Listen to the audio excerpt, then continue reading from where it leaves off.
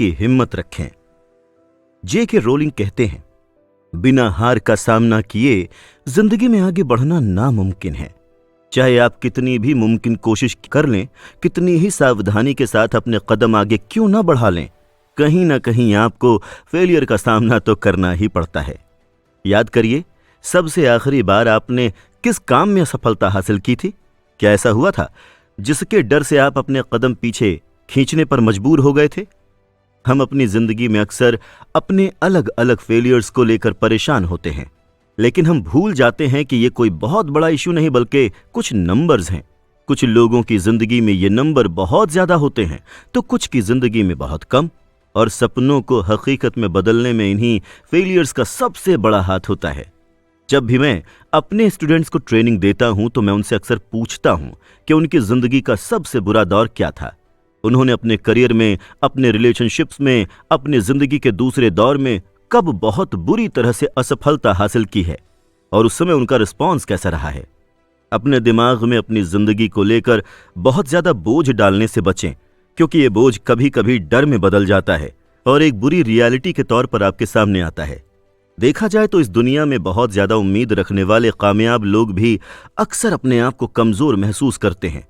जब बात अपने से बड़े किसी चैलेंज का सामना करने की आती है, हम अक्सर अपने सपनों के पीछे भागते हैं, अपने सपनों के बारे में सोचते हैं, लेकिन कुछ चीजें हैं जो हमें हमेशा हैरत में डाल देती हैं। हम अपने सपनों को हासिल तो करना चाहते हैं, लेकिन अपने कंफर्ट जोन से बाहर नहीं निकलना चाहते। हम कुछ बड़ा करना चाहते हैं, लेकिन अपने पोटेंशियल को बढ़ाना ही नहीं चाहते।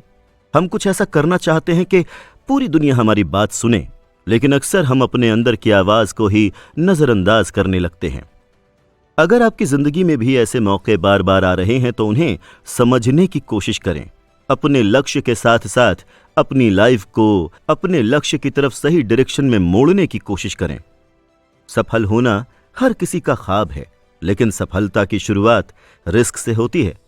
यह सिर्फ एक शब्द नहीं बल्कि हमारे द्वारा उठाया गया एक बहुत बड़ा कदम है।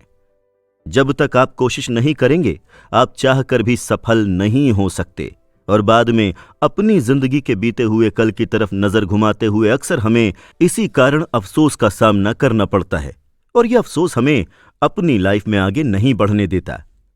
रिस्क का भी कैलकुलेशन किया जा सकता है। हमारे पास कुछ न कुछ ना करने के सैकड़ों बहाने होते हैं, लेकिन कुछ करने का सिर्फ एक कारण होता है, और वो है हमारी अपने आप से उम्मीद, हमारी अपनी चाहत।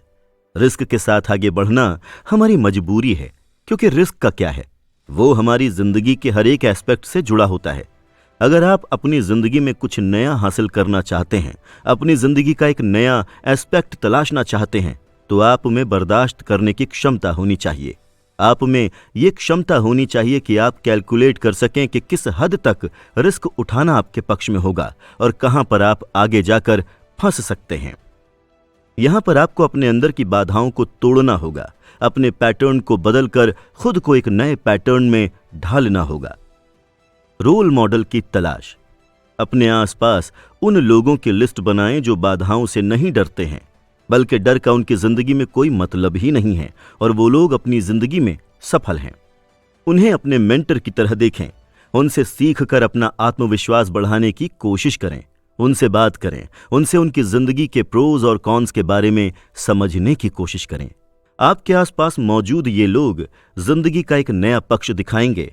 वो आपको समझाएंगे कि रिस्क लेने का सही तरीका क्या हो सकता है।